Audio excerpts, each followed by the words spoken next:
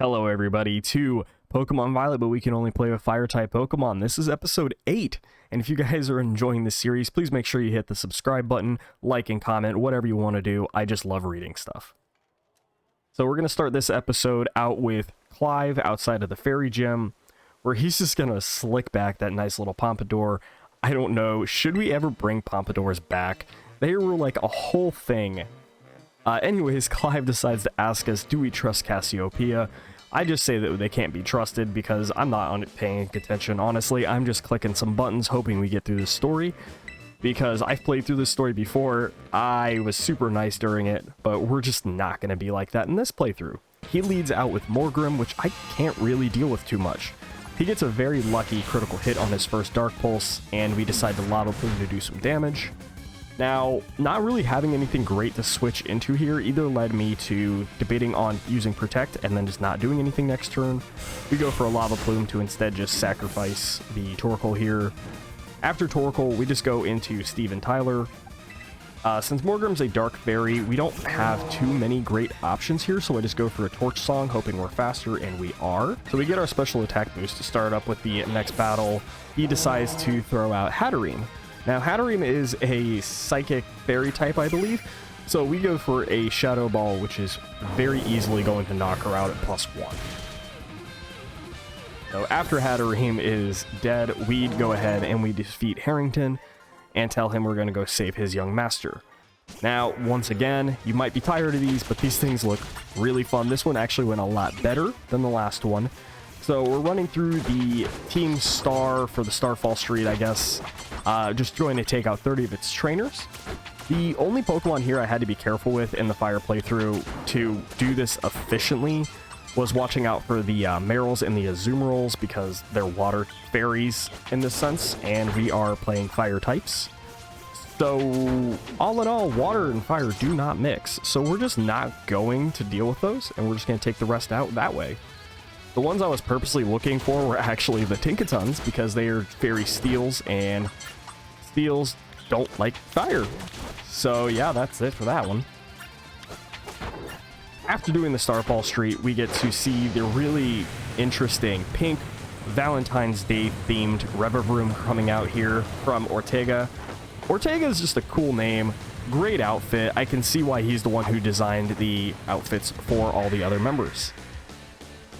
So Ortega spins his staff, again, super cool staff, and throws out Azumarill.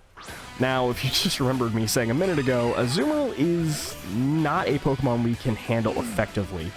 So we decide to lead Torkoal because Azumarill is just very scary, so the Drought's actually just going to reduce any water damage coming out. You can see that I was debating on wanting to play Ann Wilson, but I decided to go for a Lava Plume first just to see if I can get a lucky burn on the Azumarill, which we don't, unfortunately. We do get a crit though.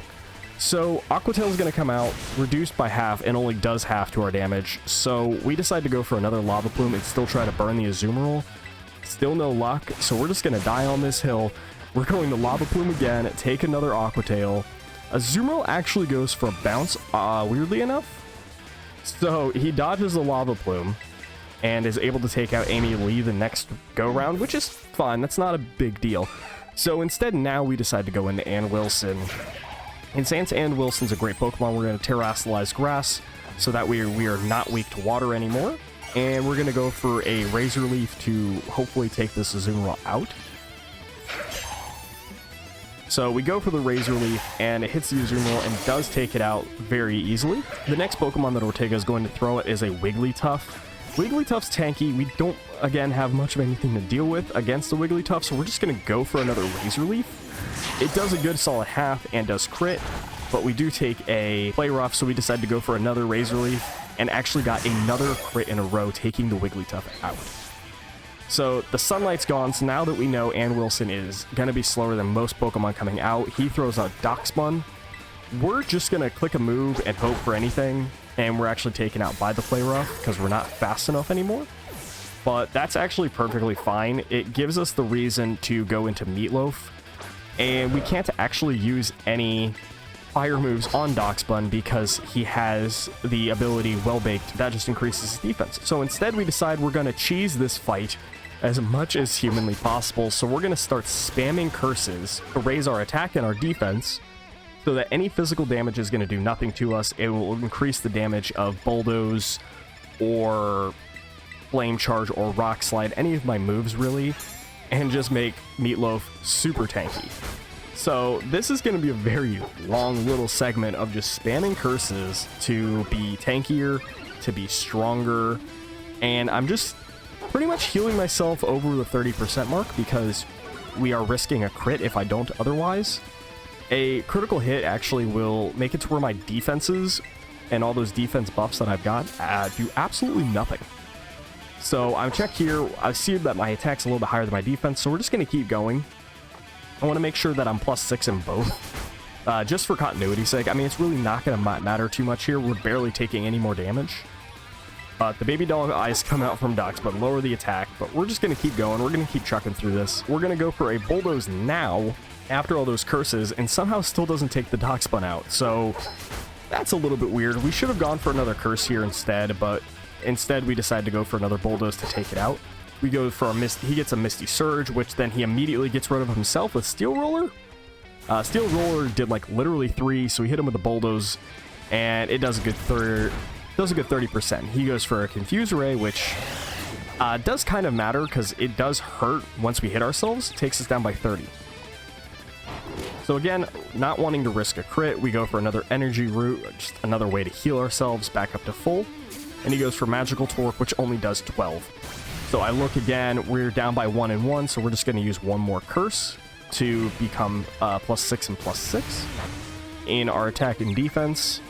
I don't really care about speed here, it just doesn't matter. So we're just going to go straight for another Bulldoze because I actually do have Soft Sand equipped on my Meatloaf, which does increase my ground type move attacks. One more time, we get hit by another Magical Torque, breaks us out of our confusion, and we are able to take out Ortega and the Revivroom with one more Bulldoze. Ortega tells us his full story, and then we actually get the Fairy Crew Team Star badge for the Starfall Street Challenge. Last thing I want to do for this video is I spent so much time leveling for the next sets that we were actually finally able to evolve our Larvesta into Volcarona. Volcarona is a great Pokemon. We will be using him very soon. Once again, if you guys enjoy this series, please make sure you subscribe, like, and comment what your favorite Pokemon is in this.